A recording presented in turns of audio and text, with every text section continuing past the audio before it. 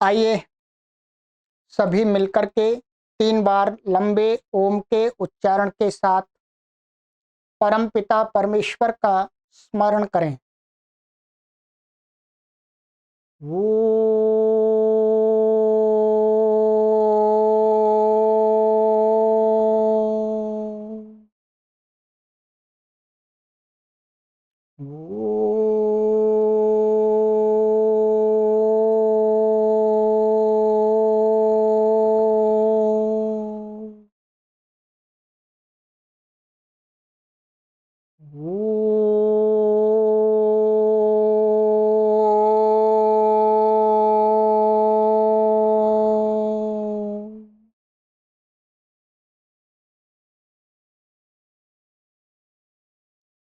सभी को सादर नमस्ते। सनातन वैदिक धर्म यूट्यूब चैनल में आप सभी का हार्दिक अभिनंदन। महर्षि पतंजलि द्वारा प्रणीत योग दर्शन को पढ़ रहे हैं और पढ़ते पढ़ते इस स्वाध्याय की श्रृंखला में हमने आपको अभी तक 66 कक्षाएं पढ़ा दी हैं, 66। आज हमारी यह कक्षा संख्या है 67, 67 नंबर। प्लेलिस्ट में हमने कॉलम बना दिया है सभी के लिए, योग दर्शन नाम का। उस पर क्लिक करके आप पीछे की सभी कक्षाओं को देख। गत कक्षा में मैंने आपको कुछ सूत्र पढ़ाए थे। मैंने पढ़ाया था आपको बंध कारण शैथिल्यात् प्रचार संवेदनाच्च चित्तस्य पर शरीरा पेश उदान जयात् जलपंक कंटकादिश्व संगः उत्क्रांतिश्च। ये दूसरा सूत्र था। और तीसरा सूत्र है समान जयात् ज्वलनम। और चौथा सूत्र था श्रोत्राकाशयोः संबंध संयमात् दिव्यम श्रोत्रम। और पांचवा था हमारा कायाकाशयोः संबंध संयमात् लघु तूल समापत्तेश्चाकाश गमनम। ठीक है, चलिएगा। विभूति पाद हमारा चल रहा है, अब समाप्ति की तरफ चल रहे हैं। आगे बताते हैं, वही प्रकरण चल रहा है और हमारे अभी तक कितने सूत्र हो गए हैं? 42, 42 हो गए। ठीक है, यहाँ तक हो गए थे 42। आइएगा आगे का सूत्र लेते हैं 43।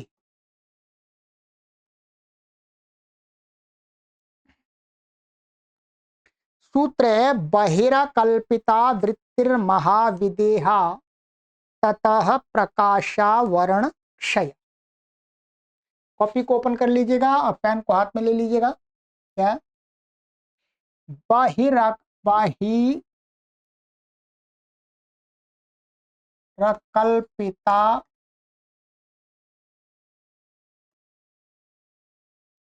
वृत्तिर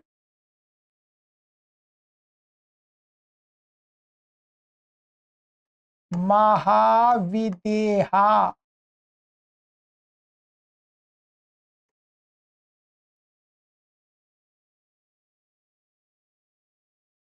ततः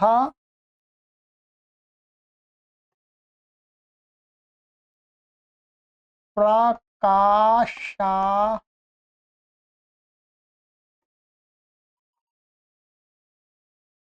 वरण क्षयः।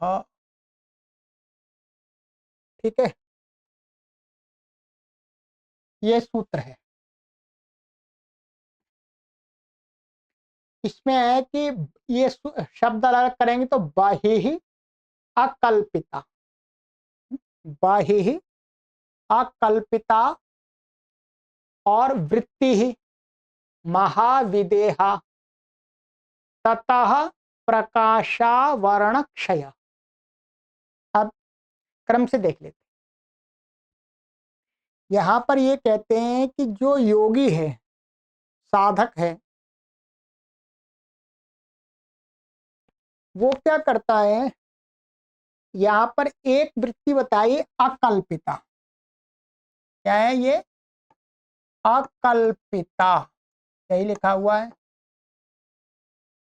इस अकल्पिता कहने से एक दूसरी वृत्ति का अपने आप यहां पर ग्रहण हो जाता है, वो है कल्पिता। क्या है? कल्पित। इसका माने कल्पित माने जो चीज है नहीं पर हम थोड़ी देर के लिए मान लेते हैं, वो तो कल्पिता। और अकल्पिता का अर्थ हो गया रियल। ठीक। तो ये कहते हैं कि जो साधक है, ये ध्यान रखेंगे, जो अकल्पिता वृत्ति बनती है वो पहले कल्पिता करनी पड़ती है। कल्पिता पूर्वक अकल्पिता का निर्माण होता है।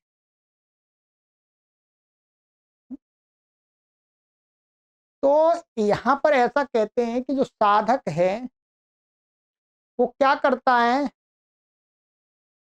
अपने मन को, ध्यान रखेंगे, अपना चित्त है उसको ध्यान में वृत्ति बनाता है कि ये मेरा मन बाहर है,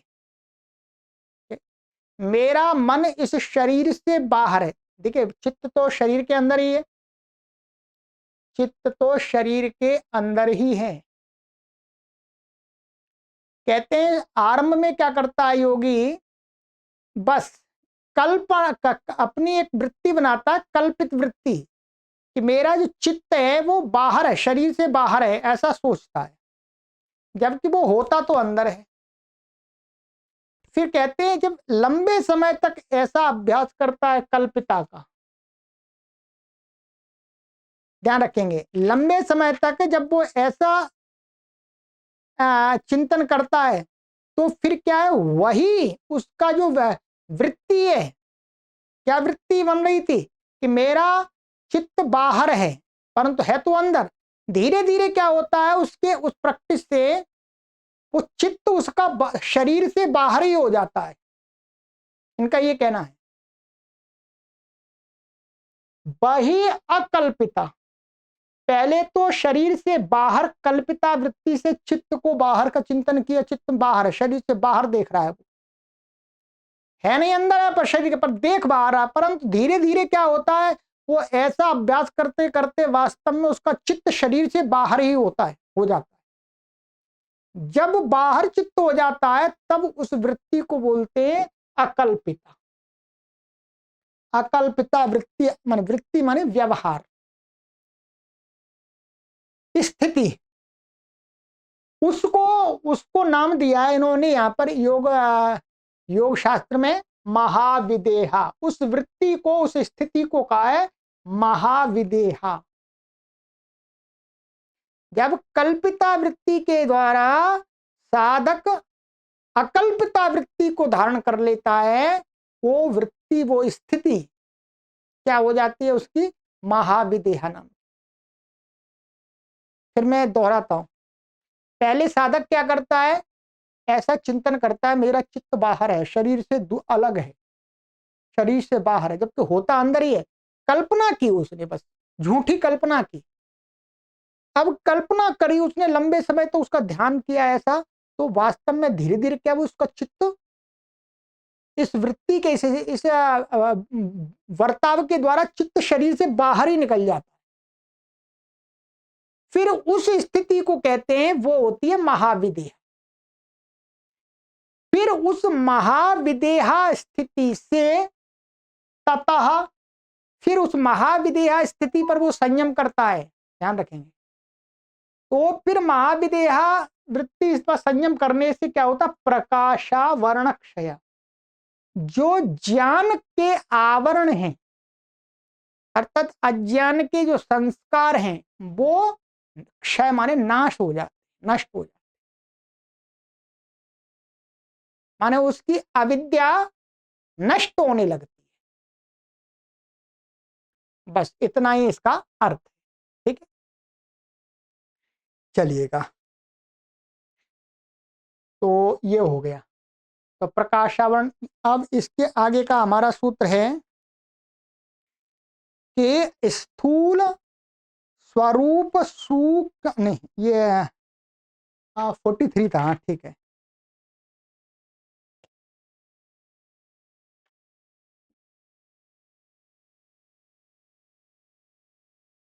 स्थूल स्वरूप सूक्ष्मान्वयार्थवत्व संयमात भूतजय।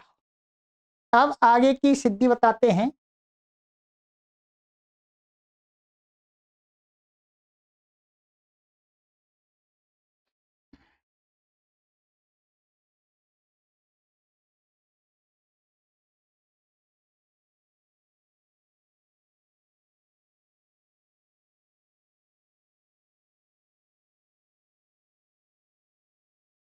Forty four. स्थूल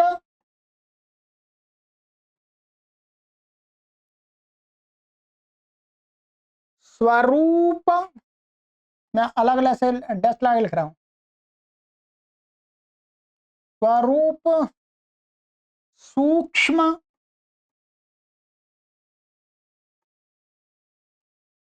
अन्वय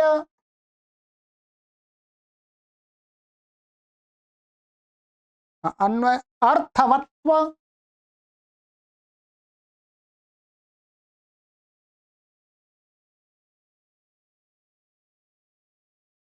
संयमात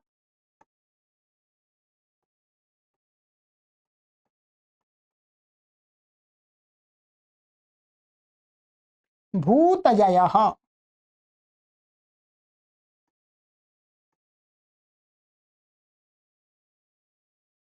ठीक है, इसका सरल सा अर्थ है स्थूल स्वरूप सूक्ष्म अन्वय अर्थवत्व। इन पर जब संयम करता है योगी तो उसको भूतों पर जय प्राप्त हो जाती है। भूतों का अर्थ है यहाँ पर, एक तो ये पंचभूत हैं, इसके अलावा जो भूत का अर्थ यहाँ प्राणी भी कुछ लोग कहते हैं।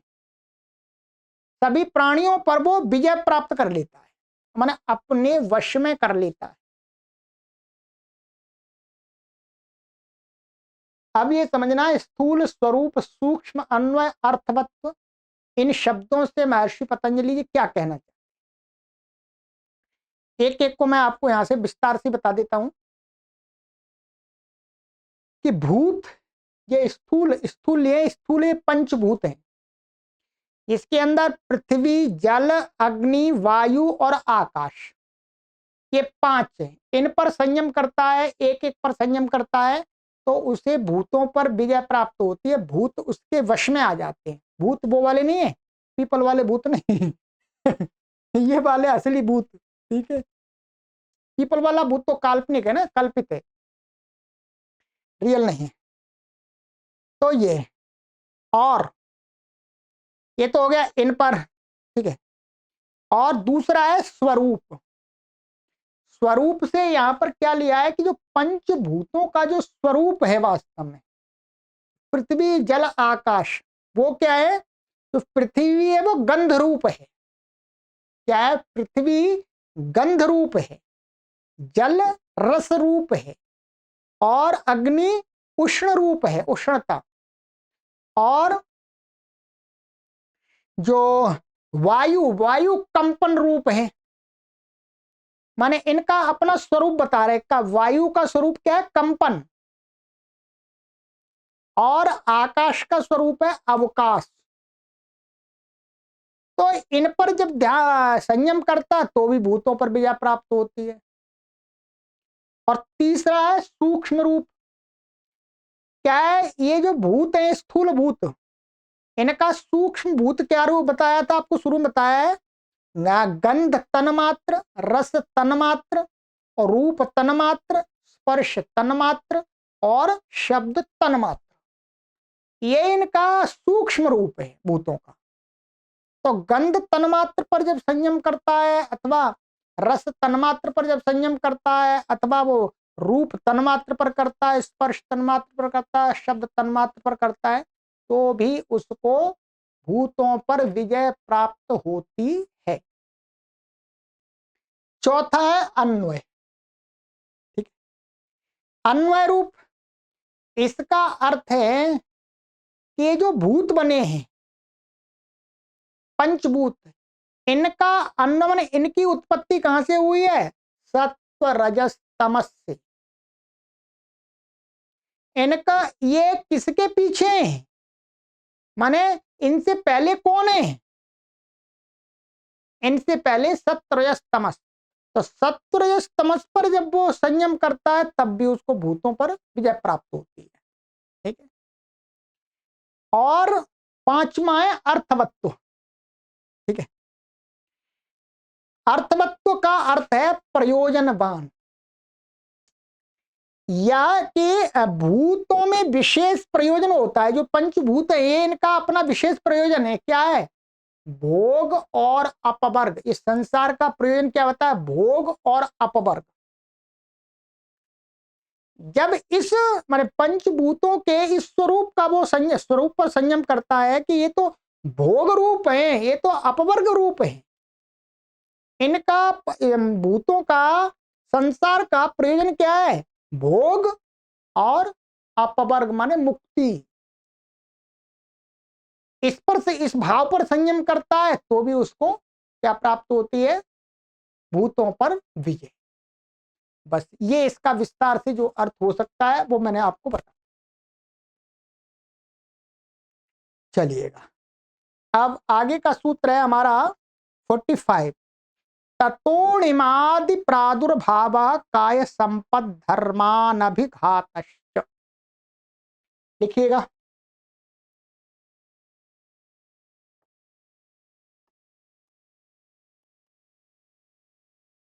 अलग अलग लिख देता हूं। ततः अणिमा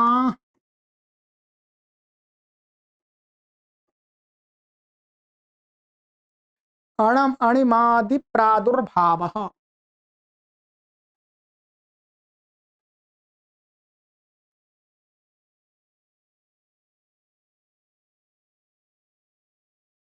काय संपत्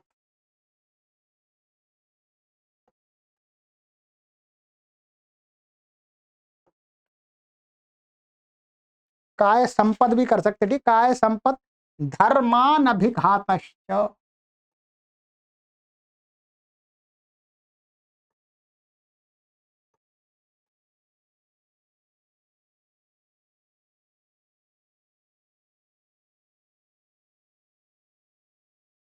ठीक है।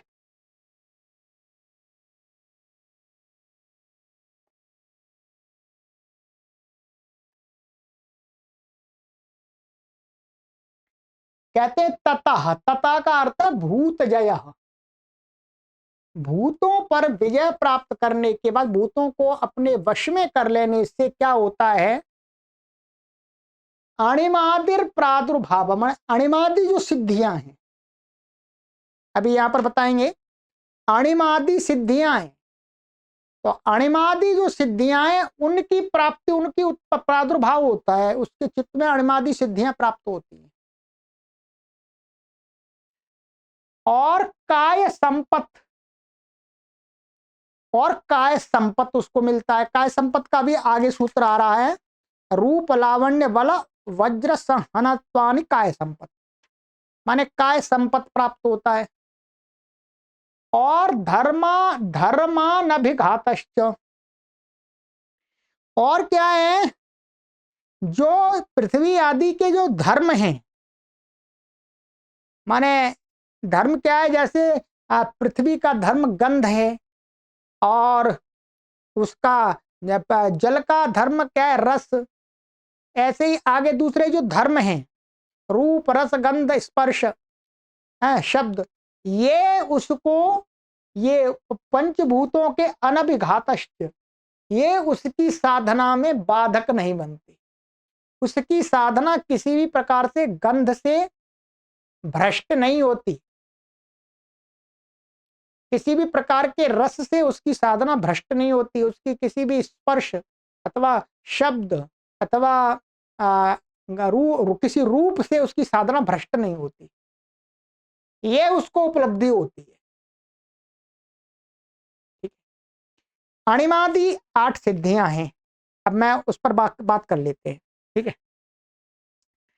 ये है अणिमादि, क्या है? एक तो अणिमा है, लघिमा है, महिमा है, प्राप्ति है, प्राकाम्य, वशित्व, ईशित्रित्व और सत्य, सत्य संकल्प।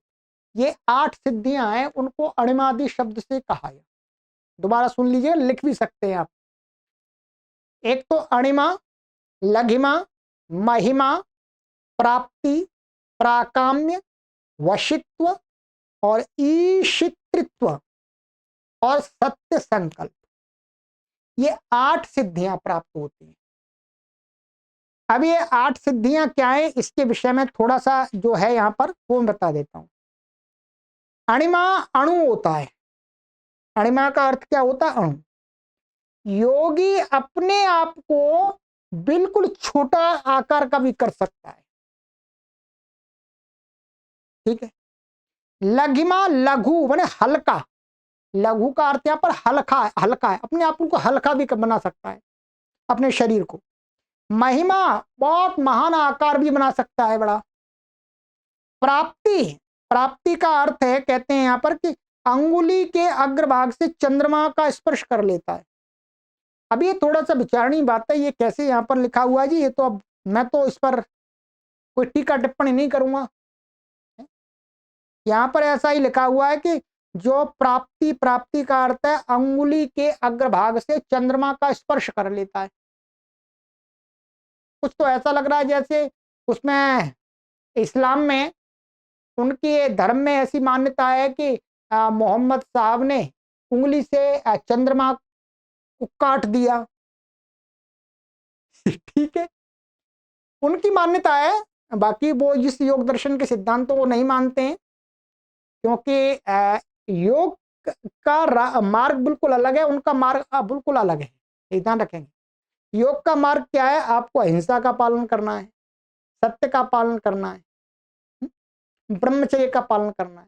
उनका मार्ग बिल्कुल इसके विपरीत है। परंतु मैं एक बात बता रहा था कि यहां पर ऐसा वो लोग मानते हैं। मैं ये नहीं कह रहा कि इस सिद्धि से वो, इस सिद्धि को तो वो कर नहीं सकते, क्योंकि वो अहिंसा के पालक हैं ही नहीं, वो उनकी प्रवृत्ति हिंसक है। ब्रह्मचर्य के भी वो पालक नहीं है, यमों का पालन नहीं करते, नियमों का पालन नहीं करते। तो यहां पर यह कहा है कि प्राप्ति जो सिद्धि है उसका अर्थ है योगी चंद्र अंगुली की अग्रभाग से चंद्रमा का स्पर्श कर लेता है। अब कैसे कर लेता है ये तो पता नहीं मुझे, ठीक है। और ये हो गया। प्राकाम्य का अभिप्राय ये है कि इच्छा का निर्वाध पूर्ण, उसकी सभी इच्छाएं पूर्ण हो जाती हैं योगी की, जिससे भूमि में उसी तरह तैरता है, डूबता है, पानी में भी तैरता है, उस जहां जो करना चाहता है वो कर लेता है, कह रहे। वशित्व, वशित्व जो सिद्धि है, भूतों और भूतों से बने पदार्थ पर उसका पूरा अधिकार होता है, और अन्यों का वह अन्यों के वश में नहीं आता। वो अपने वश में दूसरों को कर लेता है, परंतु वो स्वयं किसी के वश में नहीं आता। योगी को वशीकरण कह सकते हैं, वो दूसरों का वशीकरण कर सकता है, पर उसका वशीकरण कोई नहीं कर सकता। ईशित्व उन भूत और भौतिक पदार्थों की उत्पत्ति और विनाश का सामर्थ्य होता है। ईशित्व सिद्धि बता रहे हैं भूत और भौतिक पदार्थों की उत्पत्ति बना देना और विनाश कर देना। ये भाई यहां तो ये बता रहे हैं कि योगी चाहे तो बिना किसी के पृथ्वी बना दे, जल बना दे, अग्नि बना दे, वायु बना दे, उसके अंदर ये सिद्धि प्राप्त हो जाती है। और यत्र काम, अच्छा है, सत्य संकल्प, अच्छा ईशित्व हो गया और सत्य संकल्प था एक। सत्य संकल्प, सत्य संकल्प कहते हैं कि यत्र कामावशायित्व, यानी सत्य संकल्पता कहते हैं। इसमें योगी संकल्प के अनुसार भूत व प्रकृतियों की स्थिति होती है। ये 8 ऐश्वर्य हैं। तो सत्य संकल्प माने यत्र कामावशायित्व, सत्य संकल्पता। यहाँ पर कुछ ऐसा विशेष दिया है, 1 मिनट।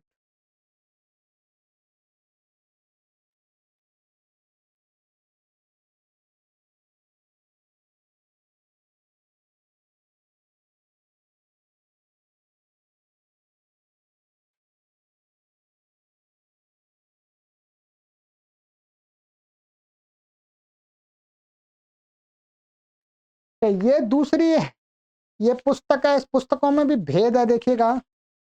इसमें एक में तो बताया है ये वाली 8 जो बताई थी मैंने, इस वाली में बताया है इन्होंने ये कि अणिमा लगिमा महिमा प्राप्ति प्राकाम्य वशित्व ईशित्रुत और सत्य संकल्प, ये 8 सिद्धियां। और एक दूसरी पुस्तक है मेरे पास में इनकी स्वामी विद्यानंद सरस्वती जी की, उन्होंने क्या किया है, उन्होंने अणिमा लघिमा और महिमा, ये ठीक है, गरिमा सिद्धि है, वास्तव में गरिमा ही है। इन्होंने जो ये दूसरे पुस्तक वालों ने पता नहीं कैसे लिख दिया, गरिमा और प्राप्ति और प्राकाम्य और वशित्व और ईशित्व, ये 8 हैं। तो उन्होंने सत्य संकल्प जोड़ दिया। तो योग दर्शन का जो व्यास भाष्य है उसमें भी बता देता हूं क्या लिखा हुआ है।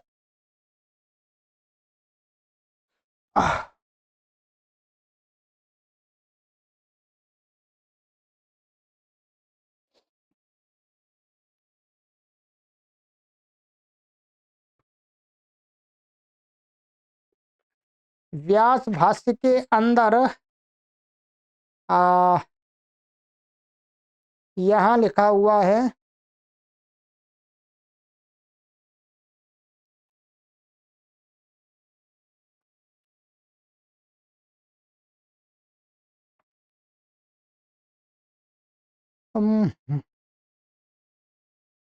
अणिमा लघिमा महिमा और प्राप्ति और प्राकाम्य वशित्व और ईशित्व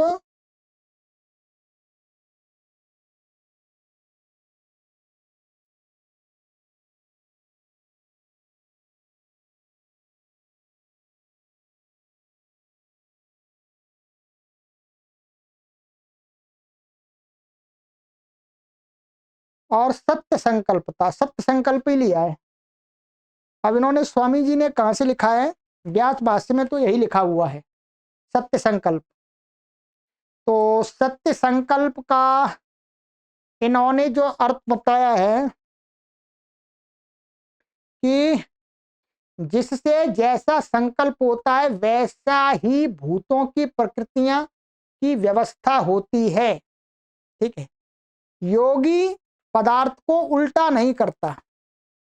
कहने का अर्थ है जिन भूतों की जो स्वभाव है योगी उसके विपरीत नहीं कर सकता, उसका संकल्प वही होता है, इस रूप में उसको सिद्धि प्राप्त होती है। ये व्यासवास में यही कहा है, ठीक है, और यही लिखा हुआ है इसमें, ठीक है।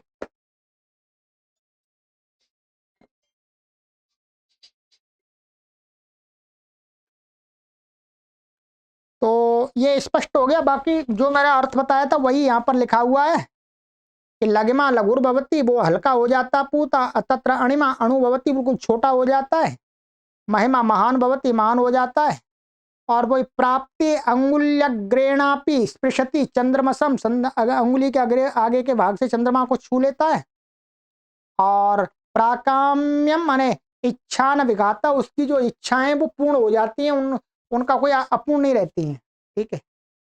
जैसे भूमऊ उन्मज्जति निमज्जति यथोदके भूमि के अंदर चला जाता है, जल के अंदर चला जाता है, जल के ऊपर तैरता है, जल में डूब जाता है, ये इत्यादि लिखा हुआ है, ठीक है। तो यही सारा था, ठीक है।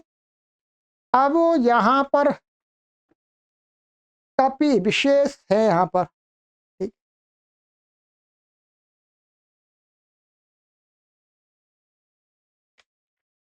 चलिएगा,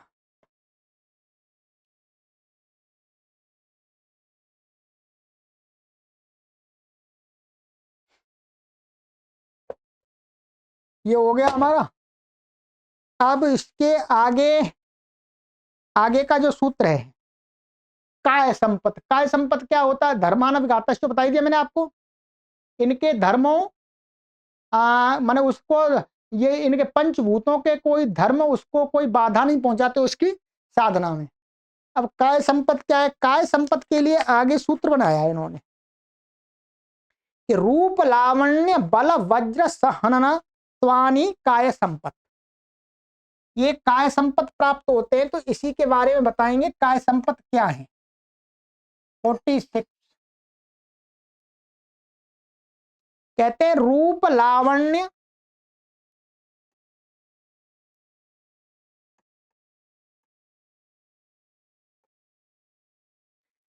बल वज्र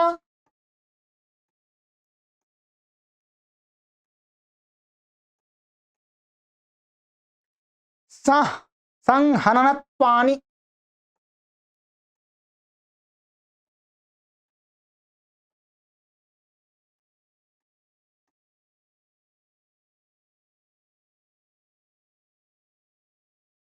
काय संपत्ति।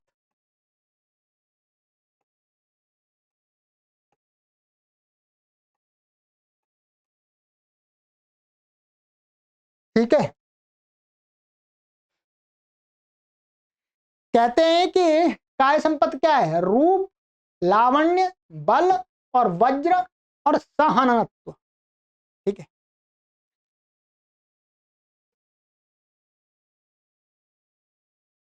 रूप लावण्य बल वज्र के तुल्य दृढ़ता, शरीर की संपत्ति को ही यहाँ पर काय संपत्ति का है। काय माने शरीर की संपत्ति, संपत्ति माने संपत्ति और का उपलब्धि, उसका शरीर एकदम चमकता है, रूपवान हो जाता है योगी का शरीर। लावण्य माने लवणता, लवणता माने उसके अंदर चिकनाहट जैसा, जैसे नमक चिकना सा होता है, नमक की जो डेली होती है वो चिकनी होती है। तो लावण्यता जो उसका मुख पर लावण्यता माने उसका एकदम कैसे फ्रेश बोलते हैं। और वज्र माने वो बल, और बहुत सारा बल आ जाता है उसके अंदर। और वज्र सहन माने उसका शरीर क्या वज्र के समान हो जाता है, उसको चोट नहीं लगती कोई मारे तो, कहते हैं। ठीक है, कहते हैं कि शरीर का रूप सुंदर दर्शनीय हो जाता है, समस्त अंगों में लावण्य अर्थात कांति झलक उठती है, शरीर बहुत शक्तिशाली हो जाता है, और शरीर की जो रचना है वो वज्र के तुल्य दृढ़ हो जाती है, माने अच्छे उसके कह सकते हैं अच्छी दिखती होगी जिसको बोलते हैं।